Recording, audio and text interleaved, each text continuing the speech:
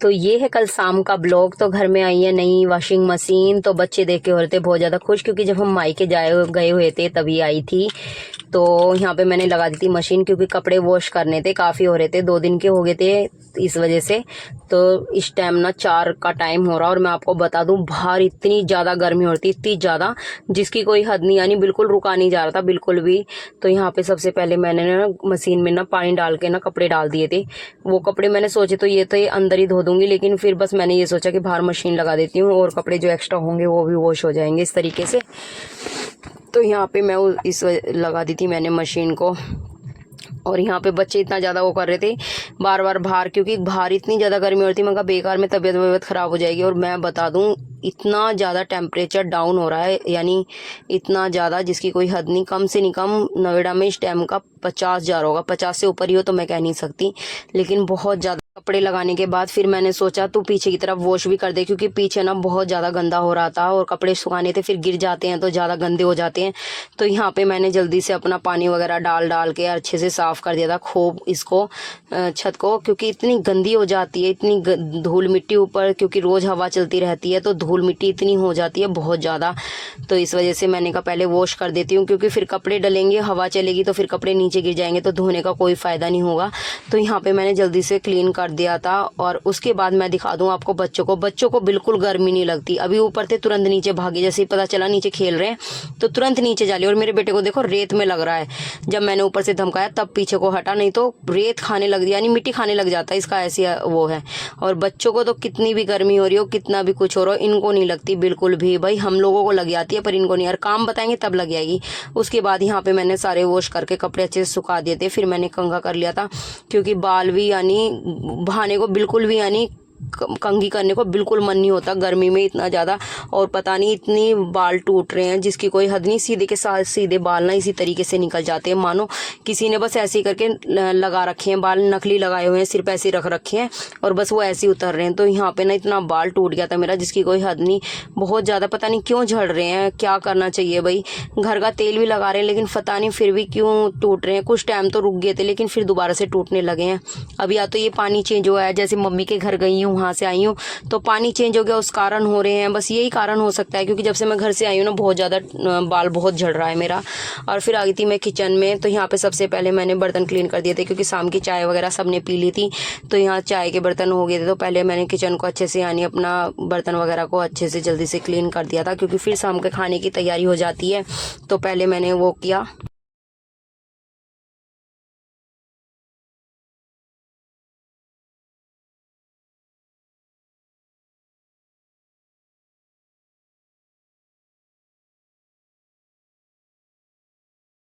और बर्तन क्लीन करने के बाद फिर मैंने सब्जी कट कर दी थी शाम के लिए। और फिर इतने में ही थोड़ी देर ना हवा चलने लगी थी, तो मैं जल्दी से पीछे जाके कपड़े तारे। तो यहाँ बेटी भी मेरी हेल्प करा रही थी, ये बहुत ज़्यादा मेरी हेल्प कराती है, मैं आपको ही नहीं कह दूँ। और फिर आके किचन में लग गई थी मैं अपनी सब्जी वगैरह बनाने के लिए। तो यहाँ बच्चे पता नहीं क्या देख रहे थे, कुछ बता रहे थे कि मामी देखना ये क्या है। मैंने कहा भाई मेरे को तो पता नहीं ये क्या चीज़ है। तो ये पानी ना बच्चे ना मुँह लगा देते हैं ना बहुत सी बार, तो ये वो खराब वो कर देते हैं बोतलों को। तो फिर यहाँ पे ये बोतल मैंने फिकवाई, क्योंकि बच्चे मेरे छोटे हैं तो वो कर देते हैं कभी कभार गड़बड़, इस वजह से अलग से उनकी एक बोतल रख रखी है, लेकिन मानती नहीं है फिर भी। तो उसी में यानी तो यहाँ उसको जैसे पानी डाला उसने उसके लिए, तो उसमें उसे कुछ दिखाई दिया है तो गुस्सा कर रहा था बहुत ज़्यादा। मैं भी डांटती हूँ बहुत ज़्यादा, बच्चे छोटे होते हैं तो इस तरीके से कभी कभार कर देते हैं। तो फिर यहाँ मैं लगी थी अपनी सब्जी फ्राई करने में। तो आज मैं बना रही थी आलू गाजर की सब्जी। तो यहाँ बेटा देख रहा था, कह रहा हाँ मामी मेरे को पसंद है। मैं उससे पूछी थी आपको आलू गाजर पसंद है ना, तो वो बोलने लगा हाँ मामी मैं खा लेता हूँ। तो यहाँ फिर मैंने कुकर को कर दिया था बंद, सारी मिर्च यानी सब्जी को फ्राई करने के बाद, छोंक लगाने के बाद, तो कुकर को बंद करने के बाद फिर लगाया आटा। तो यहाँ सबसे पहले मैंने आटे को छान लिया था।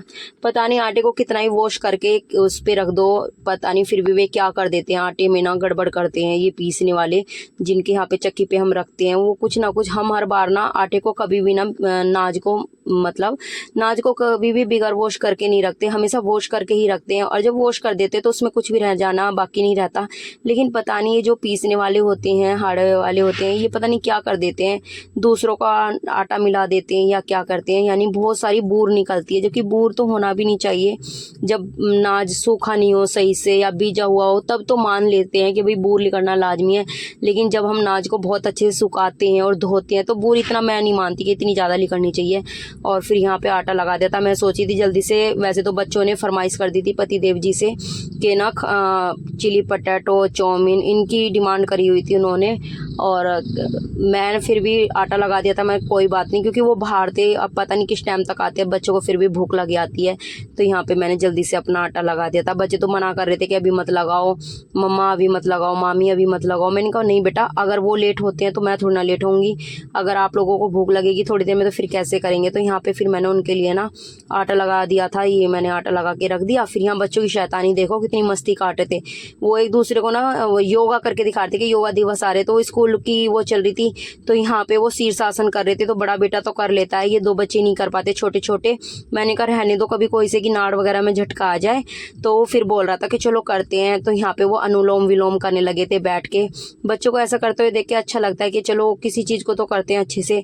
तो फिर उसके बाद यहाँ पे मैंने खाना बनाना स्टार्ट कर दिया था, और बच्चों को यानी खाना घाल के ही दिया था, मैं ये कहूँगी खाना बनाने ही लगी थी, और दे भी दिया था। बच्चों ने एक एक दो दो रोटी खा ली थी, तुरंत ही पति देव जी आ गए थे कि खा लो खा लो। तो मैं तो वो भी कर रही थी, क्योंकि पापा घर पे थे। पापा ना थोड़ा गुस्सा करते हैं इन चीज़ों को खाने के लिए, मना करते हैं, क्योंकि ये सही भी नहीं है बच्चों को इतना ना, जंक फूड अच्छा भी नहीं होता, क्योंकि ये सेहत के लिए बिल्कुल अच्छी नहीं है। और मेरी बेटी को तो तुम्हें पता है, यानी बेटी का तो मेरी ऐसा है कि वो अगर ये चीज़ खाती ना उसको दिक्कत हो जाती है, यानी इन्फेक्शन होने की बहुत ज़्यादा उसको चांस हो जाते हैं।